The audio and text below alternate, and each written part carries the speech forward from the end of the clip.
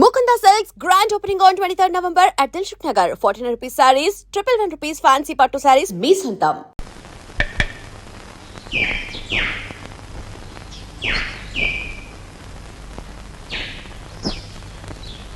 ఈ కుండంతా 4 రూపాయలమ్మా. 40 పైసల కుండ 4 రూపాయలా? ఇదేం బంగారం కుండ? ఆయన తొక్కేది మట్టా బంగారమా? ఇంతైతే ఎవరు కొంటారు? వద్దులే, వస్తా. కుమారరామన్న దగ్గర నీ ఉద్యోగం ఏమిటట?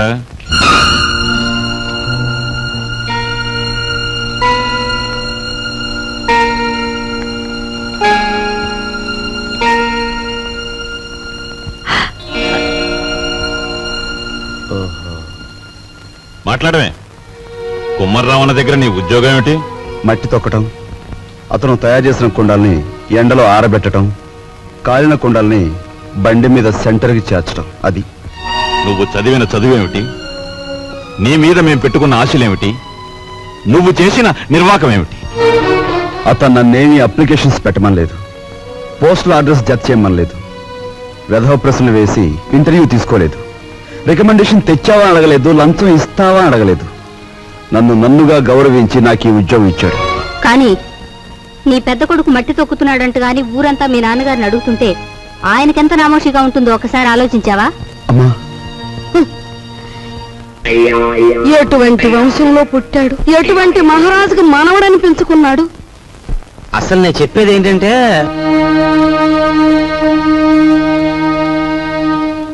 ఇలాంటి అప్రదిష్ట పనులకు తలపెడితే ఈ ఇంట్లో ఇంకా పెళ్లి కావాల్సిన పిల్లలు ఉన్నారు. వాళ్ళని చేసుకోవడానికి ఎవడైనా ముందుకొస్తాడా? మా చెల్లెలు పెళ్లి చూపు సమయంలో మీరు వచ్చి పెంట చేశారే, అప్పుడు లేదా ఈ అప్రదిష్ట? నాన్న, ఏమీ చెయ్యకుండా మీకు భారంగా ఉండే కంటే ఏదో ఒక పని చేసి ఇంత సంపాదించడం నా బాధ్యత అనుకున్నాను, సంపాదిస్తున్నాను.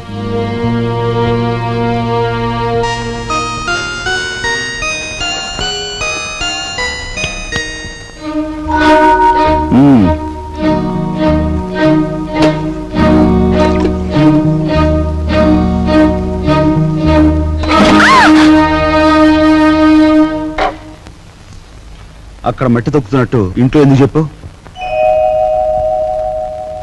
అందరూ బాధపడతారనుకున్నప్పుడు మీరెందుకు ఆ పని చేయాలి? చేశారే అనుకోండి, ఆ సంగతి చెప్పకుండా ఎందుకు దాచిపెట్టాలి? మా అమ్మా నాన్నల విషయం తెలిసిన, మా ఇంటి పరిస్థితి తెలిసిన నువ్వు ఇలా మాట్లాడు. మా ఇంట్లో సంపాదించేది మా నాన్న ఒక్కడు, తినేవాళ్ళు 10 మంది. ఆయన సంపాదించే ప్రతి రూపాయి వెనుక ఆయన పడే కష్టం, ఆవేదన నాకు తెలుసు కాబట్టే ఆయనకి ఈ విషయం తెలియకుండా దాచిపెట్టాను. కట్నం ఇవ్వలేదన్న నెపంతో ఒకవైపు నుంచి మా మావయ్య బాధ పెడుతుంటే మరోవైపు నుంచి అప్పులు వాళ్ళు బాధిస్తున్నారు. ఇలా ఇంటా బయట అనేక బాధలతో నలిగిపోతున్న మా నాన్నగారికి ఒకరోజు దారిలో 5,000 రూపాయలు దొరికాయి. మొత్తం తీసుకెళ్లి పోలీస్ స్టేషన్లో అప్పగించాను. దానిలో 1 రూపాయి కూడా నేను ముట్టుకోలేదు. 1 రూపాయి కూడా నేను ముట్టుకోలేదు. 1 రూపాయి కూడా. ఏమండి, అసలేం జరిగిందండి? లలిత, నువ్వు ఎన్నోసార్లు నన్ను ధర్మరాజు ధర్మరాజు అంటూ ఉంటావు. కానీ ఇవాళ నీ ధర్మరాజు దొంగతనం చేశాడు. మీరు దొంగతనం చేశారా? అవును లలిత, అందులో 10 రూపాయలు కాజేశాను. ఏమండి, ఎందుకు తెలుసా? మన అబ్బాయి ఉద్యోగానికి అప్లికేషన్ పెట్టడానికి. ఎన్నడూ రాని ఉద్యోగం ఈసారైనా వస్తుందేమోనన్న ఆశ. లలిత, ఇంకెప్పుడు నన్ను ధర్మరాజు అని పిలవకు. లేదండి, ఇప్పుడు మీరు నిజంగా ధర్మరాజు. అశ్వత్థామాత కుంజరహ అని ధర్మరాజు అంతటి వాడు అబద్ధం ఆడాడు. అది ఆపద్ధర్మం లలిత. ఇది ఆపద్ధర్మమేనండి. మన బిడ్డ కోసం మీరు చేసింది ఆపద్ధర్మమే. మా అందరి అవసరాలు తీర్చడానికి అంకితమైపోయిన మనిషి మా నాన్న. అలాంటి మనిషి కోసం నేను మట్టి తొక్కడమే కాదు, ముష్టెత్తుకైనా సరే మా ఇంటి బాధ్యతను కొంతవరకైనా స్వీకరించాలా లేదా? ఇప్పుడు చెప్పు, నేను చేస్తున్న పని తప్పంటావా? తప్పంటావా?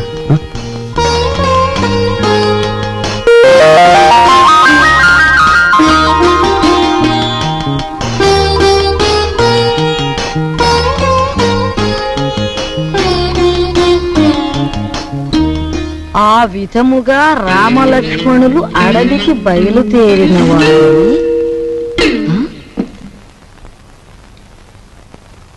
ఏంటబ్బా? ఓ చిన్న సచ్చినాడా, ఆ పెద్ద సచ్చినాడేమో మట్టి తొక్కుతున్నాడా, వీడేమో పాచి ఊడుస్తున్నాడా. వీళ్ళకి ఏం పోయే కాలం వచ్చిందమ్మా? ఇంతకీ నేను పని మనిషిని ఎందుకు పెట్టట్టు? అబ్బాయ్, ఏంటమ్మా? నువ్వు ఆఫీస్కి వెళుతున్నావల్లే ఉంది. పెళ్లి దగ్గరకు వచ్చింది కదా, పనులన్నీ తొందరగా జరగాలి. అప్పడాలు చెయ్యాలి, వడియాలు పట్టాలి. ఓ 400 ఉంటే అమ్మాయికి ఇవ్వు. అమ్మా, ఆఫీసులో లోన్కి అప్లై చేశాను, అది రాగానే ఇస్తాను. అదేమిటన్నయ్య, అయ్యవారు వచ్చే వరకు అమావాస్య అవుతుందా? తెలిసిన వాళ్ళ దగ్గర ఏ చేబదులో తీసుకుని ఈ పని కాస్త జరిపించు. వెళ్ళిరా.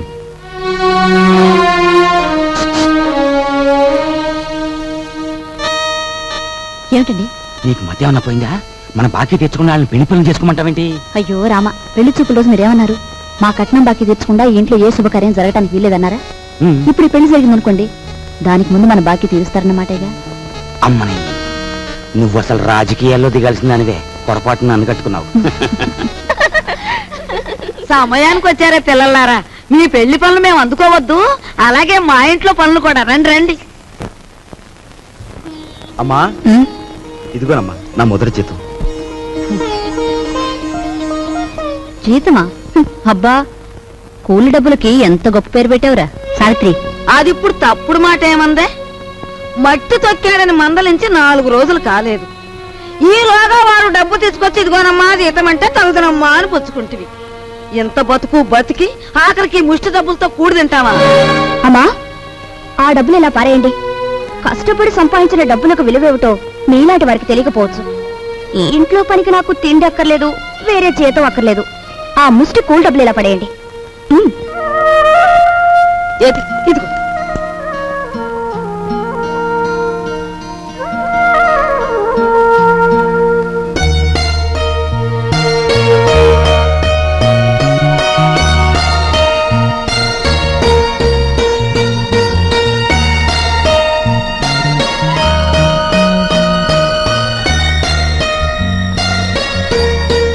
భార్యాభర్తల మధ్య ఉండవలసిన అవగాహన చూపించు.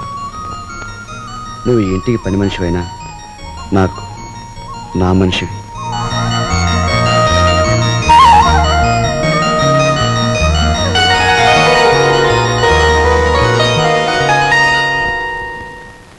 కోపం వచ్చి గట్టిగా కొడదామంటే చచ్చిపోతావేమో అని భయం. బాబు నాయనా అంటే మొండుకెత్తనావు. మమ్మల్ని బాధ పెట్టకుండా చెప్పే గురువా. చెప్పే గురు. మనవడక చూసావా, పరాయి సొమ్మంటే పరిసిగుంటాడు కూడా ఎలా సత్తపడిపోతున్నాడో. ఎంతమందిని బాధ పెట్టడం భావ్యం కాదు గురువా. అలో చెప్పే గురు. ఉన్న ఒక్క కూతురు ఇల్లు వదిలి వెళ్ళిపోతే నేను వెతికించలేదు, పేపర్ ప్రకటన కూడా ఇవ్వలేదు. అంత ముండేవాడిని మీ బెదిరింపులకు నేను లొంగుతానా? గురువా మాట చెప్తాను. ఈ మొండిఘాటంగాడికి కూతురుందంటున్నాడుగా, ఈడు పేపర్లో ప్రకటన ఇవ్వకపోయిన ఈ తరపున మనం ప్రకటించేస్తే ఆ కూతురు ఇంటికి చేరిపోద్ది. ఆ తర్వాత స్వామియే శరణం. Very good very good. Hello నవ్వకే బాబు, కుర్రోడు దోచుకుంటాడు. ఆ నవ్వేదో ఇనపెడి దగ్గర నవ్వు, ఓపెనింగ్ గా నవ్వుద్ది.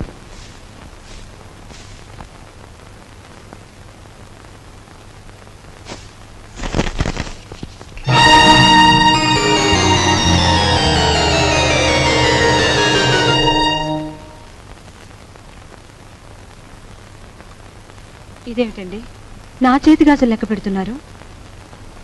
ఈవేళ మార్నింగ్ ఇంటర్వ్యూలో ఎవడో రవిరాజ్ అట, సార్ మీరు ఇన్ని క్వశ్చన్లు వేస్తున్నారు, నేను తిరగబడి ఒక క్వశ్చన్ అడిగితే జవాబు చెప్పగలరా అన్నాడు. ఏమిటి అన్నాను. రోజు అన్నం వడ్డించే మీ ఆవిడ చేతుకున్న గాజులు ఎన్ని అన్నాడు. Fantastic daddy. ఎవరతను? ఎవరు? రవిరాజా. తిరగబడి అటువంటి ప్రశ్న వేయాలనే థాట్ రావడం ఉంది చూశారు. That's great. He is really the hero of the present society. Jaya shut up. నీ తండ్రి మీద తిరగబడిన వాడు నీకు హీరోగా కనిపిస్తున్నాడా? నాలాంటి వాడి కాళ్ళ చుట్టూ దేహి ఉద్యోగం ఇవ్వండి బ్రతుకుతామని ప్రదక్షిణాలు చేసే ఒక నిర్భాగ్యుడు నీ దృష్టిలో హీరో ఆఫ్ ది ప్రజెంట్ సొసైటీయా? నీ చదువు ఎన్ని వెర్రతల్ల వేస్తోందంటే, అవునులే, నువ్వు తిరగడానికి ఒక కారు, వీలైనంత ఖర్చు పెట్టుకోవడానికి బ్యాగ్ నిండా డబ్బు, నువ్వేది అడిగితే అది క్షణాల మీద సమకూర్చే తల్లిదండ్రులు, ఏసీ రూమ్లు, సోఫా బెడ్లు, తినడానికి ఖరీదైన భోజనం, ఇవన్నీ ఉంటే నీకు మంచేమిటో చెడ్డేమిటో ఏమాత్రం తెలియడం లేదు. అదే చాలీ చాలని తిండి, చాలీ చాలని బట్ట, బ్రతుకుతున్నావో చస్తున్నావో అర్థం కాకుండా బ్రతుకుతున్న ఏ దౌర్భాగ్యుల 4 రోజుల పాటు ఉంటే తెలుస్తుంది. అక్కర్లేదు, పిలవక్కర్లేదు. ఆకలేస్తే అదే వస్తుంది. ఏసీ రూమ్లు, సోఫా బెడ్లు, తినడానికి ఖరీదైన భోజనం, ఇవన్నీ ఉంటే నీకు మంచేమిటో చెడ్డేమిటో ఏమాత్రం తెలియడం లేదు. అదే చాలీ చాలని తిండి, చాలీ చాలని బట్ట, బ్రతుకుతున్నావో చస్తున్నావో అర్థం కాకుండా బ్రతుకుతున్న ఏ దౌర్భాగ్యుల 4 రోజుల పాటు ఉంటే తెలుస్తుంది.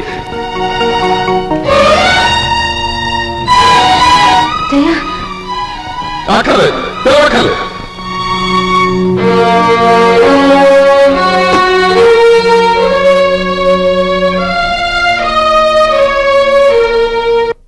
డాడీ, బయటకు వెళ్ళి బతకలేనని కదా మీరు అన్నారు. అలా బతకలేని నిరూపించుకున్న రోజునే తిరిగి మిమ్మల్ని కలుస్తాను.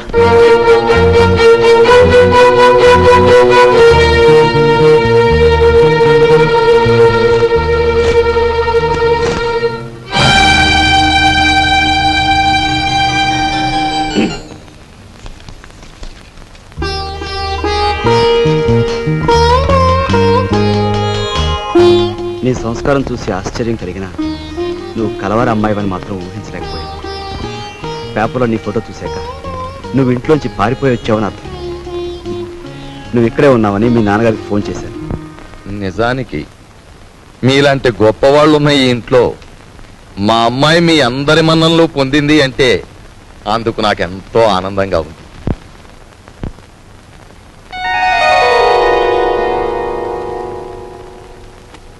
ఇదిగో పిల్ల, నిన్ను ఎప్పుడెప్పుడు ఏమేమి తిట్టానా అని ఆలోచిస్తే అస్సలు నిన్ను తిట్టకుండా ఎప్పుడున్నానో గుర్తు రావడం లేదు. ఏమో అనుకోకమ్మా. అంత మాటలు అవసరం లేదు మామగారు. నేను ఎక్కడున్నా ఈ ఇంటి ఆడపిల్లని. నన్ను ఈ ఇంటి మనిషిగా మీరందరూ ఒప్పుకుంటే నాకదే 10,000.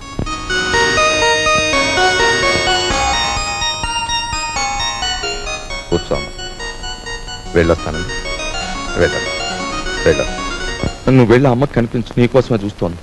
చూడమ్మా, నేను పైకెక్కి దిగలేను గాని ఆ సేఫ్ లో 50,000 పట్ల ఆఫీసు తీసుకెళ్ళాలి. అదే డాడీ, మీరు సేఫ్ నంబర్ నాకు ఎప్పుడు చెప్పలేదుగా.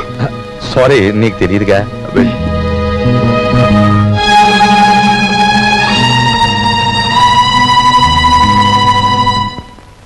ఈ కాంబినేషన్ పెళ్ళానికి చెప్పక కూతురికి చెప్పక మరి ఎవరికి చెప్పాడు? అబ్బా, స్వామియే శరణం.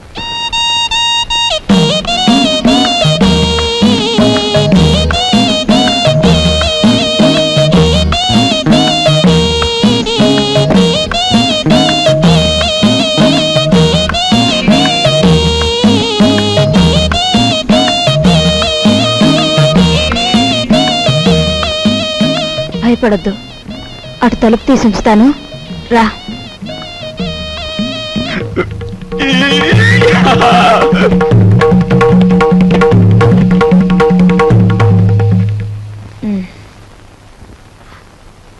ఏమిటి మీ చేతిలో? ఇవ్వండి. ఏం లేదు. డాక్టర్ మీకేం చెప్పారు? వీడియోలు కాల్స్ వద్దన్నారా లేదా?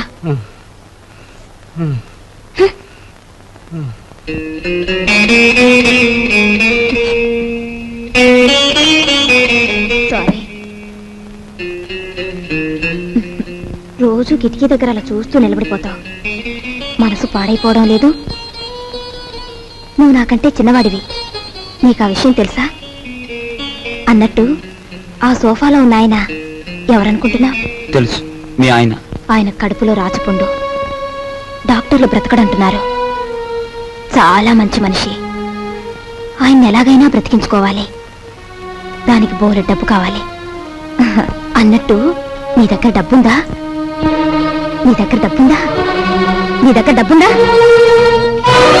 నిన్నేరా అడిగేది. నీ దగ్గర డబ్బుందా?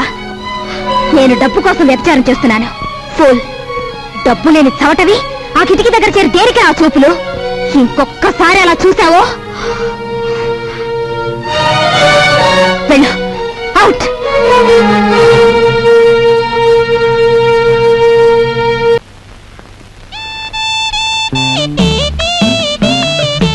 అరే, మీ నాన్నగారు పోయాక నువ్వు మీసం ఉన్న మగాడివైపోయావే. అన్నట్టు మీ ఇంట్లో డబ్బు పోయిందని విన్నాను. నా కోసం నువ్వే ఆ డబ్బు తీసుంటావు. ఏది ఆ డబ్బు? చెప్పు. ఆ డబ్బు నీకిద్దామని తీశాను. ఆ రాత్రే మరెవరో నా దగ్గర నుంచి కాజేశారు. ఒక ప్రాణాన్ని నిలబెట్టడానికి నేను వ్యభిచారం చేస్తే నువ్వు వ్యభిచారం కోసం ఒక ప్రాణం తీసేశావు. నా బ్రతికే చండాలం అనుకుంటే నువ్వు నాకంటే చండాలుడివి. నేను ఈ ఇల్లు ఎందుకు ఖాళీ చేస్తున్నానో తెలుసా? నీ నీతి మాలినతనాన్ని భరించలేక. వెళ్ళు.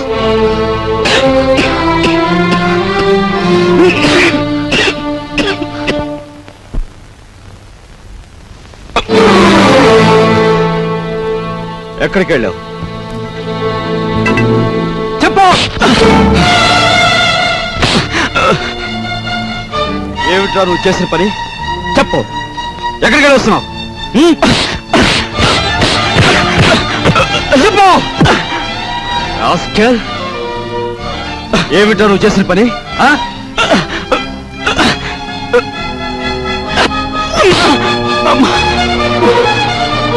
చెప్పరా రాస్కెల్, చెప్పు. పెద్దలేదురా నీకు? మీ నాన్నగారు పోయి పట్టుమని 10 రోజులు కాలేదు. ఏం చేశాడని వాడిని అలా కొడుతున్నావు? మీ నాన్నగారు ఏనాడైనా వీడిని ఇలా కొట్టడం చూసావా? వీడు చేసిన పనికి కొట్టడం కదమ్మా, చంపాలి. చంపి నిన్ను పాతేయాలి. ఏం చేశాడు అంత పెద్ద తప్పు? ఏం చేశాడా వీడు?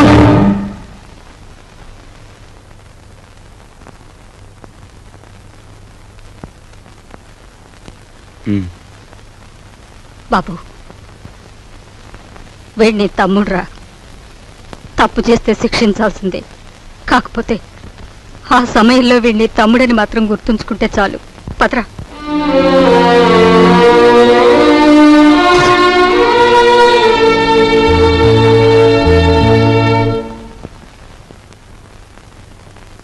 వాడెందుకు కొట్టాడో తెలుసమ్మా? చెప్పు. పక్కన కాబోయే పెళ్ళం ఉంది కదా, ఆవిడ ముందు గొప్పలు చూపించుకోవడానికి. ఒరే కృష్ణ, నువ్వు చిన్న కొడుకువైతే నీకంటే ముందు పుట్టిన పెద్ద కొడుకురా వాడు. నీకంటే ముందు నుంచే చూస్తున్నాను. వాడెప్పుడూ తప్పు చేయడు. వాడితో ఉన్న ఆ పిల్ల వాడంత గొప్పదని నా అభిప్రాయం. ఏం జరిగిందో తెలుసా అని వాడు నిన్ను చూసి వణికిపోయినప్పుడు నీ గురించి ఏ దుర్వార్త వినవలసి వస్తుందో అని భయపడ్డాను. ఏం జరిగిందని అడగటానికి కూడా ధైర్యం చాలకు వచ్చేశానురా.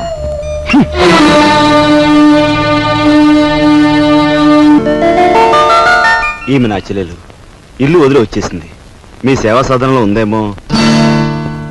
సారీ, ఇలాంటి అమ్మాయి ఎవరూ లేరు.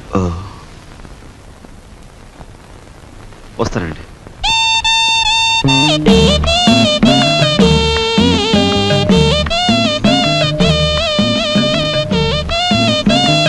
ఇలా రా. వస్తున్నా. నీ చూపులోని ఆకలి నాకు అర్థమైంది. నీకేది కావాలన్నా నేను ఉపయోగపడతాను, అలాగే నాకేది కావాలన్నా నువ్వు ఉపయోగపడాలి. ఇక్కడ ఫ్రెండ్షిప్ కి అది కండిషన్. ఓకే? రాజు, నువ్వేవి అనుకోనంటే ఈ డబ్బుతో నీ అప్పులన్నీ తీరిస్తే ఎలా ఉంటుంది? స్నేహితురాలుగా నేనేం చేయాలో, ఏం చేయగలను నాకేం అర్థం కావటం లేదు. నీ అభిమానం, ఆత్మబలం అండగా ఉంటే నాకు అంతే చాలు. పద. మంచి తరుణం మించిపోవును, ఆలోచించిన ఆశాభంగం. 8 రోజులు సైకిల్ తొక్కిన వారికి 8,000 రూపాయలు బహుమానం.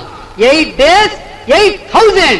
8 రోజులు సైకిల్ తొక్కిన వారికి 8,000 రూపాయలు బహుమానం.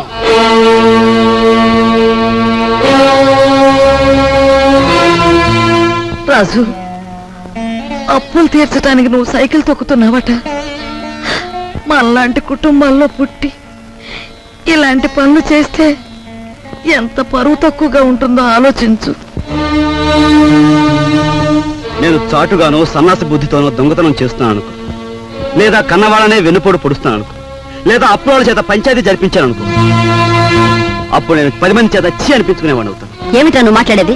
మొన్నటికి మొన్న కుమ్మరాడి దగ్గర కూలిపిని కొప్పుకొని ఈ ఇంటి పరువు మీద పెద్ద బండ పడేస్తావు. ఇవాళ మీ నాన్న చచ్చిపోయాక ఆగు. ఇప్పుడు నువ్వేమిటి మాట్లాడింది? మా నాన్న చచ్చిపోయాడా? ఆ మాట నువ్వంటున్నావా? నువ్వు ఏమిట్రా అది? ఆవిడ అలా రెట్టిస్తున్నావు. మరి చూడమ్మా, నాయనమ్మ నాన్న చచ్చిపోయాడు అంటుంది, అత్తయ్య అంటుంది. అసలు అసలు నాన్న చచ్చిపోవడం ఏంటమ్మా? Non sense. నాన్న చచ్చిపోలేదు. నాన్న చచ్చిపోలేదు. మనందరం కలిసి ఆయన చంపేశాం. అవునమ్మా, నిర్దాక్షిణ్యంగా కాలు రాసి చంపేశాం. కొండంత మనిషిని చాదస్తుతో కొందరు, స్వార్థంతో కొందరు, ఇలా అందరం కలిసి ఆయన చంపేశాం. ఏ చంపలేదా? ఒక్కసారి మీరందరూ గుండెల మీద చేతులు వేసుకుని ఆలోచించండి.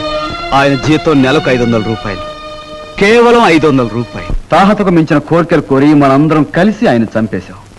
He was successfully murdered by all his family members. నోరుంది కదా అని తప్పులు పడుతున్నారు. నేను చేస్తున్న ఈ పనిలో ఓ పవిత్రమైన ఆశయం ఉందే తప్ప ఇదేం పరువు పోయే పని కాదని నాకు బాగా తెలుసు. మీరు ఒప్పుకున్నా ఒప్పుకోకపోయినా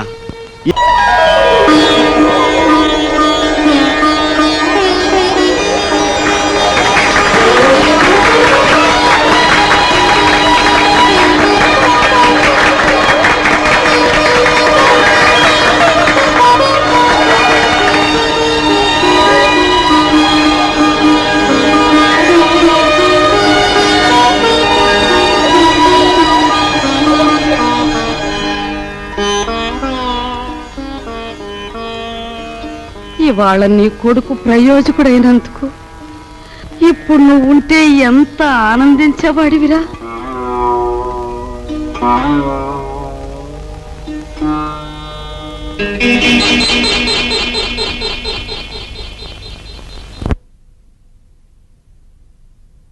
రాజుగాడి గదిలో దూరి డబ్బు కాచేద్దామంటే వాడు పడుకున్నాడో లేదో తెలియచావట్లేదు.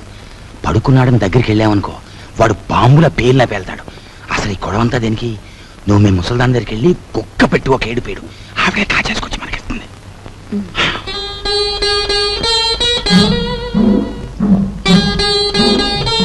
రాజు సైకిల్ దుక్కి సంపాదించిన డబ్బుతో ముందు అప్పులు తీరుస్తానంటున్నాడు. మమ్మల్ని మాత్రం ఆగమంటున్నాడు. వాడు సైకిల్ తొక్కుతానంటే మనం అందరం వాడిని కాదన్నాం. ఇప్పుడు ఆ డబ్బు మనం కావాలంటే ఏం బాగుంటుందమ్మా? అందుకే వాడి చేతుల నుంచి మనం తీసుకోము. మరి నువ్వు ఆ గదిలోకి వెళ్తావు, ఎవ్వరికి అనుమానం ఉండదు. ఆ డబ్బు నువ్వు తెస్తావు.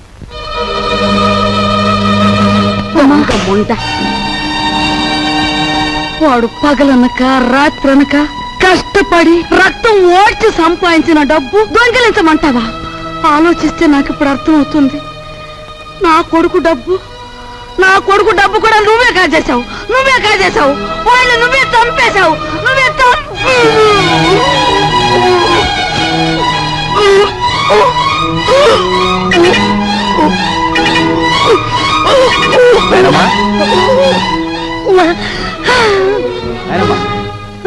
బాబు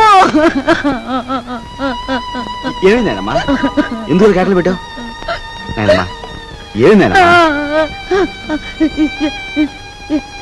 ఏం లేదు బాబు, ఏదో పీడకలు వచ్చింది. మీ నాన్న గుర్తుకొచ్చాడయ్యా. సరే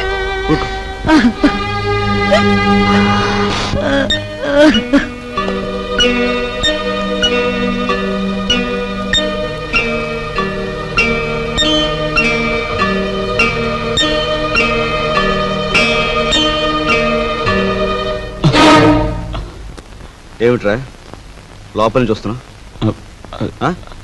ఏమిటి?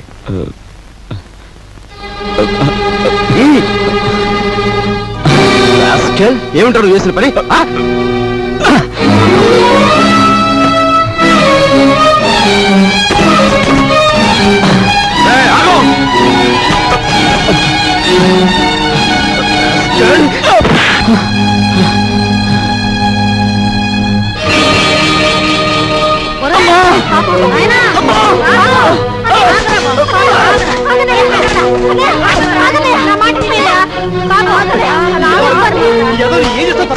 అమ్మా వదలమ్మా. మీరు కూడా బా. అన్నయ్య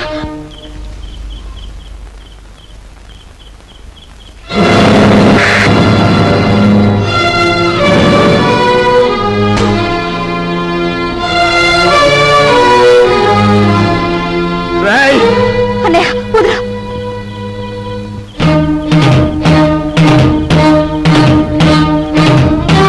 దుర్మార్గుడా, ఎంతకు తెగించావురా?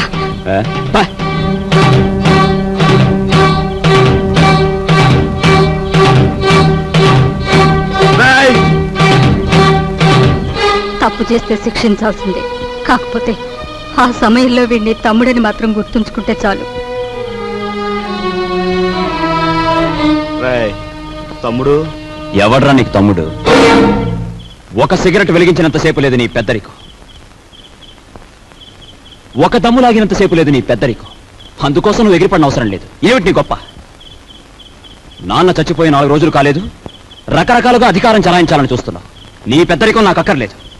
సచ్చినాడా ముసలిముండా. ఐఎమ్ సారీ, నీకు మర్యాద ఇవ్వాలి కదూ. చూడు మిస్టర్, నీకు ఎవరి పెద్దరికం అక్కర్లేదనుకుంటే ఈ ఇంట్లో నుంచి తక్షణం బయటికి వెళ్ళిపోవచ్చు. నేను ఇంట్లోంచి వెళ్ళిపోవాల్సి వస్తే ఏం జరుగుతుందో తెలుసా? నువ్వు ఈ ఇంట్లో ఉండాలంటే ఏం చేయాలో తెలుసా? తెలుసు. నిన్ను అన్నా అని గుర్తించాలి, నువ్వు తంతే పడుండాలి. అంతేకాదు, దున్నపోతుల తింటూ కూర్చోకూడదు. కాయ కష్టం చేసినా సరే సంపాదించాలి, అప్పుడే నీకు తిండి. ఓహో, సంసారం సవ్యంగా సాగాలంటే ఇంట్లో అందరూ కష్టపడాలి. అలాగే ఇంటి పరువు కాపాడాలంటే అందరూ కలిసి ఉండాలి కదూ. నీకు గుణపాఠం చెప్పడానికి నేను బయటికి వెళ్ళాలి, వెళ్తాను. Good by.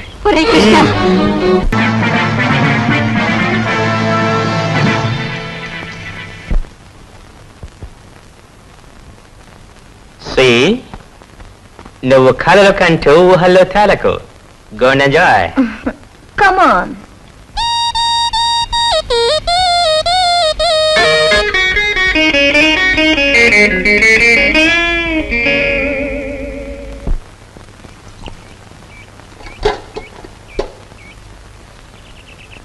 వెధముఖాలని వెధముఖాలు.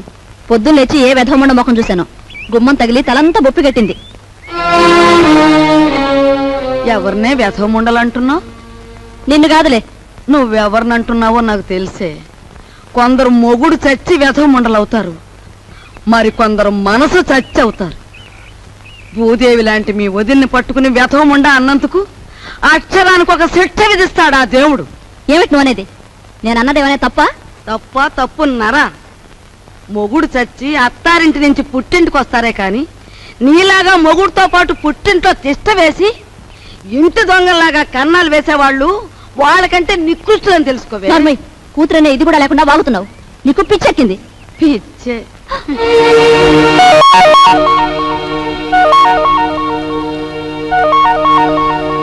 రామ్మ రా, సమయానికి వచ్చావు. చూసావా అమ్మ, దేవుళ్ళంటే నా బిడ్డను మింగింది కాకుండా అది ఎన్ని మాటలు అంటుందో. ఇవి చేతులు కావనుకో అమ్మా. నీకు అన్ని భోగాలు ఉండి కూడా మా ఇంటికొచ్చి ఎన్నో మా కష్టాలు చూసిందానివి. నువ్వే ఏదైనా ఉపాయం ఆలోచించి ఈ గాది కింద పందికొక్కుల్ని విరగడిచేయి తల్లి. మీరేం బాధపడకండి మామగారు, నేను మీ మనవడు కలిసి ఆలోచించాం. నాకు చిన్నప్పటి నుంచి లక్షాధికారులతో మాట్లాడటం అంటే చెడ్డ సరదా అండి. మీ అంతటా మీరే పిలిపించేసరికి నేను కూడా ఓ లక్షాధికారిని అయిపోయిన ఫీలింగ్ వచ్చేసిందండి. ఏం లేదు, మా జయ లక్షల్లో పుట్టి లక్షల్లో పెరిగింది. కూర్చోండి. అదృష్టవంతురాలు, తొందరగా రా. ఆ అదృష్టానికి వారసురాలుగా మాత్రం ప్రవర్తించడం లేదు. ఆ ఇంట్లో 4 రోజులుండి ఇక్కడికొచ్చినా ఆ గూటి పలుకే పలుకుతోంది. నిజానికి ఆ ఇంట్లో డబ్బు యొక్క విలువ తెలిసింది మీ ఇద్దరికేనన్న అభిప్రాయం. అంచేత మీరిద్దరూ ఇక్కడే 4 రోజుల పాటు ఉండి మా జైకి డబ్బు యొక్క విలువ ఏమిటో కాస్త తెలియజెప్పండి. మీ ఇంట్లో సెటిల్ అయిపోయి మీ అమ్మాయికి డబ్బు గురించి చెప్పడం అంటే కాశ్మీర్లో పుట్టి పెరిగిన వాడికి ఐస్ మొక్కల గురించి చెప్పినట్టు ఉంటుందండి. సరే, మమ్మల్ని ఎప్పటి నుంచి రమ్మంటారో చెప్పేయండి. ఈవేళే వచ్చేస్తే చాలా సంతోషిస్తాను.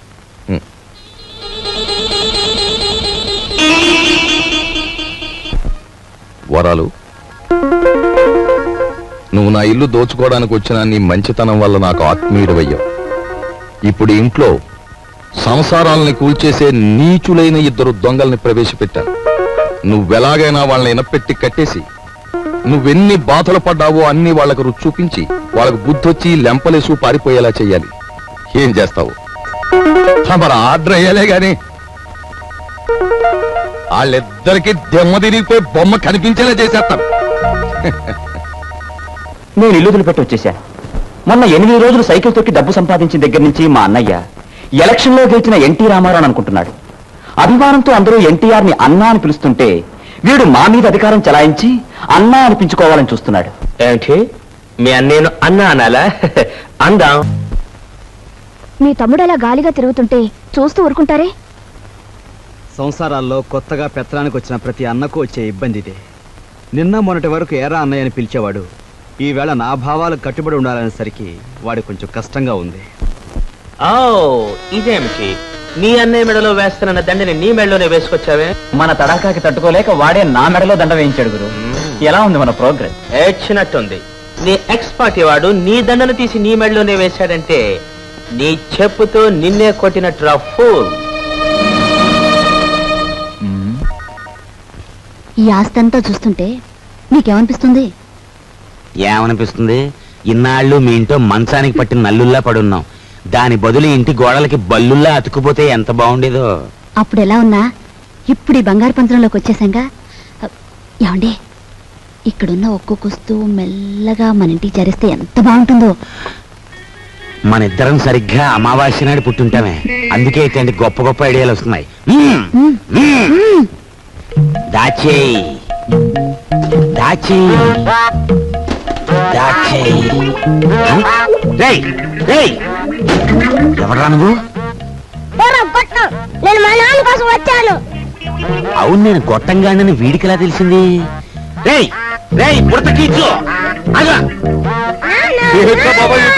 పెట్టరా, నువ్వు ఇక్కడికి వస్తే నా పేరు వరాలని భుజంగరావు కాదని అందరికీ తెలిసిపోద్ది. మరి అప్పుడు చిల్లరలాగా వస్తుంది. ఇదిగో బాబా, ఇదిగో ఈ డబ్బులు తీసుకుని నువ్వు వెళ్ళు వెళ్ళు. డూప్లికేట్ భుజంగరావు గారికి నమస్కారం. డూప్లికేట్ భుజంగరావు ఏమిటి? Non sense. డోంట్ టాక్ అంటే డోంట్ టాక్. తారు డబ్బాలో ముంచిన కుక్క పిల్లలా ఉన్న ఈ కర్రి నా కొడుకు, నీ కొడుకు, అవునా కాదా? ఈ ఇనపెట్లో ఉన్న డబ్బంతా కాజేయాలని వచ్చావు, అవునా కాదా? మీరు విన్నది నిజమే. ఏదో పిల్లలు గలవండి, కావాలంటే ఓ ఆనావాట ఇచ్చుకుంటాను. ఆనావాటనా? కొట్టానంటే కొత్తిమీర చట్నీ అయిపోతుంది నీ మోఖం. హలో, నన్ను ఇక్కడికి పంపించిన మా బాసు నాకు ₹10 వాటా ఇస్తా అన్నాడు. కావాలంటే నా వాటాలో 50-50 పావల వాటా ఇచ్చేస్తాను.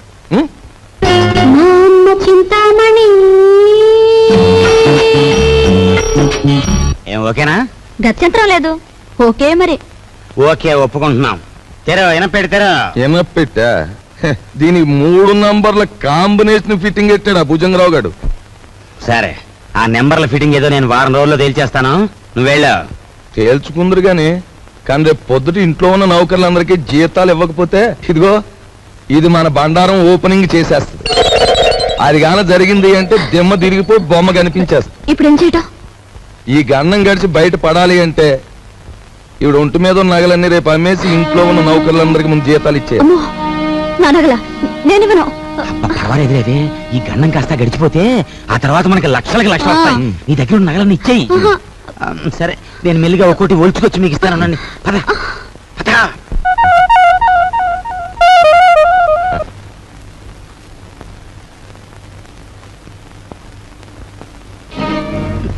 నిన్న తాటాకులు కట్టావు, ఇప్పుడు రా చూద్దాం.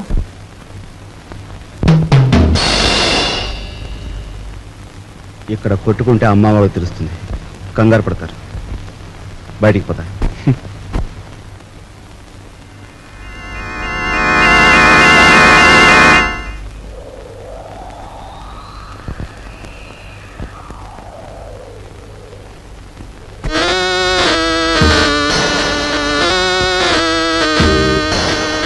హీఈస్ జానీ జింజర్, మా బాస్ లాంటివాడు. He's my brother. సారీ. అన్న, అక్క, తమ్ముడు ఇలాంటి వరుసలంటే నాకు అసహ్యం. మనని కట్టిపడేసేందుకు పెట్టుకున్న వరుసలు. అన్న, అక్క, తమ్ముడు ఇలాంటి వరుసలంటే నాకు అసహ్యం. మనని కట్టిపడేసేందుకు పెట్టుకున్న వరుసలు. He is mister Raj, Ravi Raj. Hello.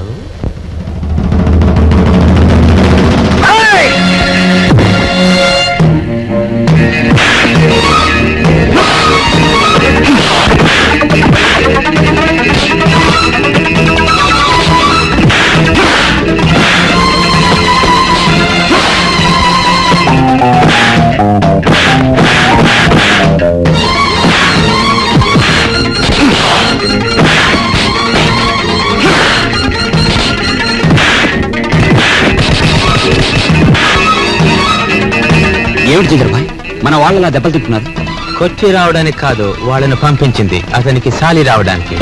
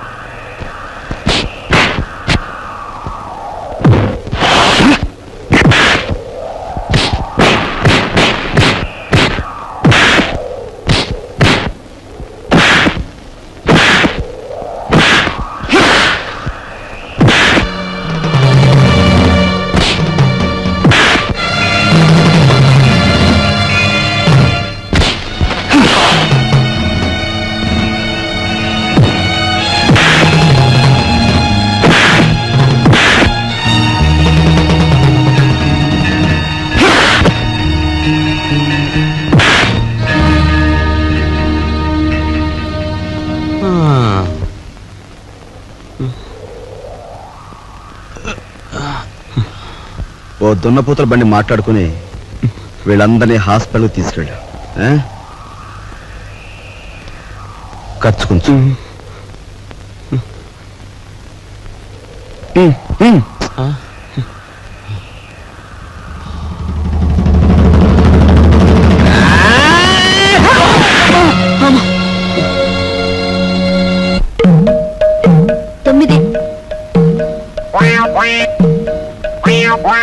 ఏడు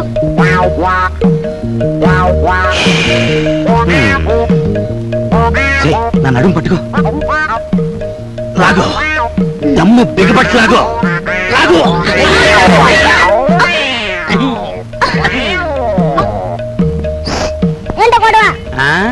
మేమిద్దరం చెడుగుడు ఆడుకుంటున్నాం రా పిల్ల నా కొడక. పడక పడక.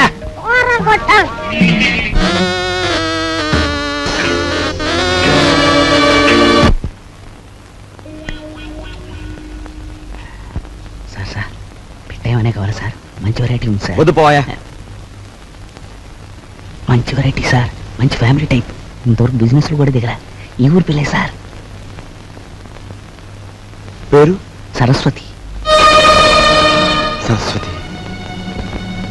పద. ఇదిగో గురు.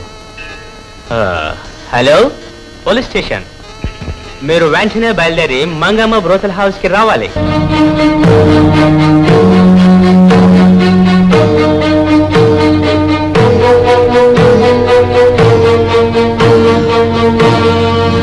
ఈ ఊరి పిల్లన్నావే, ఆ అమ్మాయి ఏది?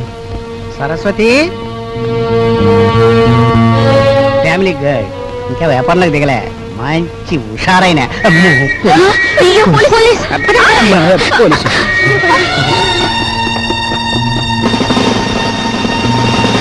కానిస్టేబుల్స్, ఏమైనా పిల్లగాల్సి వచ్చిందా? సార్ నేను అలా సాని కొంపకొచ్చి సహస్రనామత్యం చేస్తున్నానంటావా? పేరెక్కో వెళ్ళా. ఆగు. కానిస్టేబుల్స్ రాని. ఇది నాకే పోజు కొడుతోంది. Constables van ఎక్కించండి.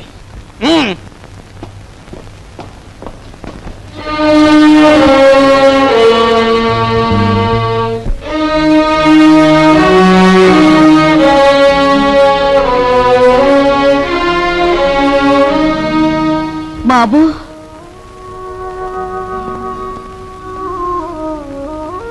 నువ్వెందుకురా ఏదో తప్పు చేసినట్టు తలంచుకుంటావు? నీ సుఖం కోసం నువ్వు సానికొంపకు వెళ్ళలేదని మాకు తెలుసురా. నీ సుఖం నువ్వు చూసుకునేవాడివైతే మట్టి పని ఎందుకు చేస్తావు?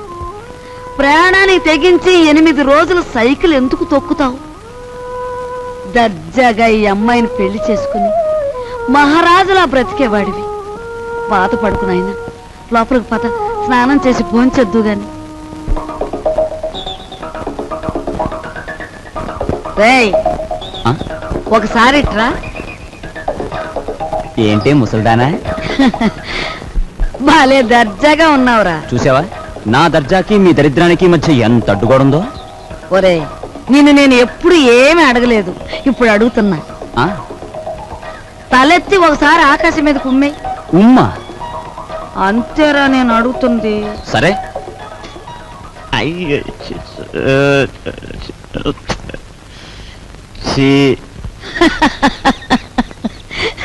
ఒరే ఆకాశం మీద ఉమ్మేయడానికి ప్రయత్నిస్తే అది ఆకాశం మీద పడదు సరికదా, తిరిగి వచ్చి నీ ముఖానే పడుతుందని తెలుసుకో. పరువు కోసం ప్రాణాలొడ్డే నీ అన్నని ఇంటి పరువు తీసుకెళ్లి పెంట మీద పెట్టి నువ్వు ఏమి చేయలేవని తెలుసు. ముసలిముండా.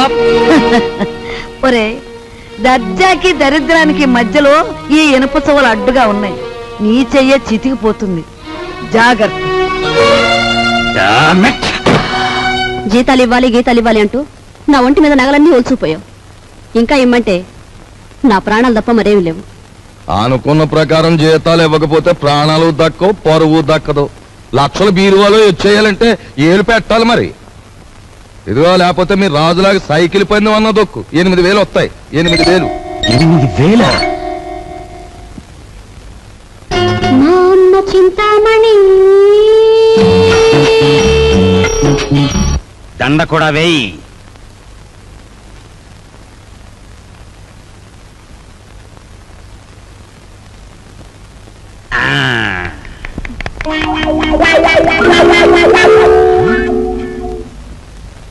ఏమండి జనం ఎవరు లేరండి?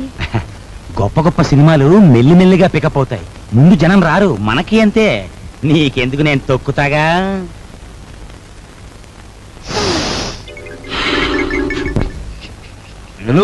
రావయా, రిబ్బన్ కట్టికి టైం అయింది.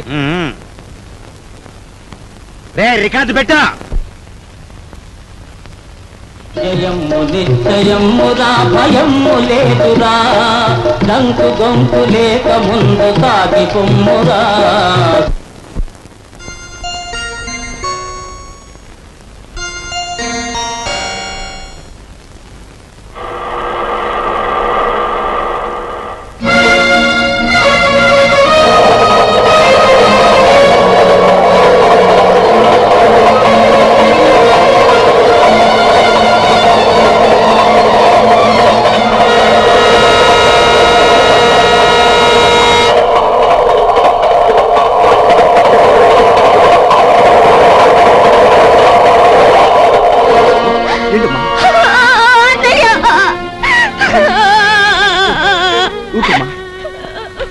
ఏం జరిగింది? ఇన్నాళ్ళు ఎక్కడున్నావు? ఆ రోజు నేను ఇంట్లోంచి వెళ్ళిపోయాక పెళ్లి చూపులకు వచ్చిన జయదేవిని కలిశాను. మీ ఇద్దరం కలవడానికి వీలు లేదని వాళ్ళ నాన్న శాసించారు. అందుకని మీ ఇద్దరం గుడిలోకి వెళ్ళి పెళ్లి చేసుకున్నాం. ఇప్పుడు వాళ్ళ నాన్న జయదేవికి వేరే పెళ్లి చేయాలని చూస్తున్నాడు. వేరే పెళ్లి చేయాలని చూస్తున్నాడు.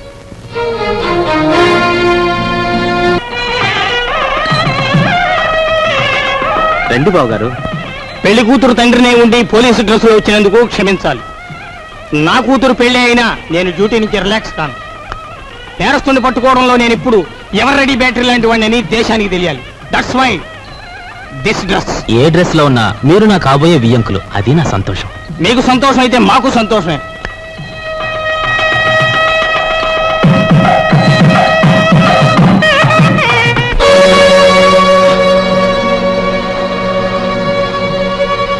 మీ అందరి చేతిలోని విసులుగరలో ఒకసారి చూపించండి. బావగారు వీడొట్టి దగాకోరు, వీడిని నమ్మొద్దు. ఏవో దొంగ ఫోటోలు వచ్చేసి నన్ను అల్లరి చెయ్యాలని. బాబు మీలాంటి వాళ్ళందరూ చేరి వాడిని దగాకోరుగాను దగ్గులు బాజీగాను తయారు చేస్తున్నారు. వాడు దగాకోరే, మరి ఇది ఇదేదో మోసం బావగారు. మా అబ్బాయి ఇంతవరకు ఎవరిని పెళ్లే చేసుకోలేదు. అసలు ఈ అమ్మాయి ఎవరో మాకు తెలియదు బావగారు. సరస్వతి, మేము దయసాక్షిగా పెళ్లి చేసుకున్నామండి. మా ఇష్టం లేకుండా బలవంతంగా ఈ పెళ్లి జరిపిస్తున్నాడు మా నాన్న. సరదాగా దండలు మార్చుకున్నంత మాత్రాన అది పెళ్లి అవుతుందా? సరదాగా దండలు మార్చుకోవడం కాదు, కొంతకాలం కాపురం కూడా చేశారు. కాపురం చేస్తున్న భార్యాభర్తలను విడదీసి వాళ్ళకి మరో పెళ్లి చేయడం నేరం. దానికి ఈ క్షణంలో మిమ్మల్ని అరెస్ట్ చేయగలరు, తెలుసా? అది కాదు బావగారు. Shut up! మీరు పెళ్లి కొడుకు తండ్రిగా ఇక్కడ ఉండాలి అనుకుంటే వీళ్ళిద్దరికీ పెళ్లి జరిపించండి, లేదా మిమ్మల్ని జైలుకి పంపించాల్సి వస్తుంది. అమ్మాయి, మీరిద్దరు వెళ్ళి పీటల మీద కూర్చోండి.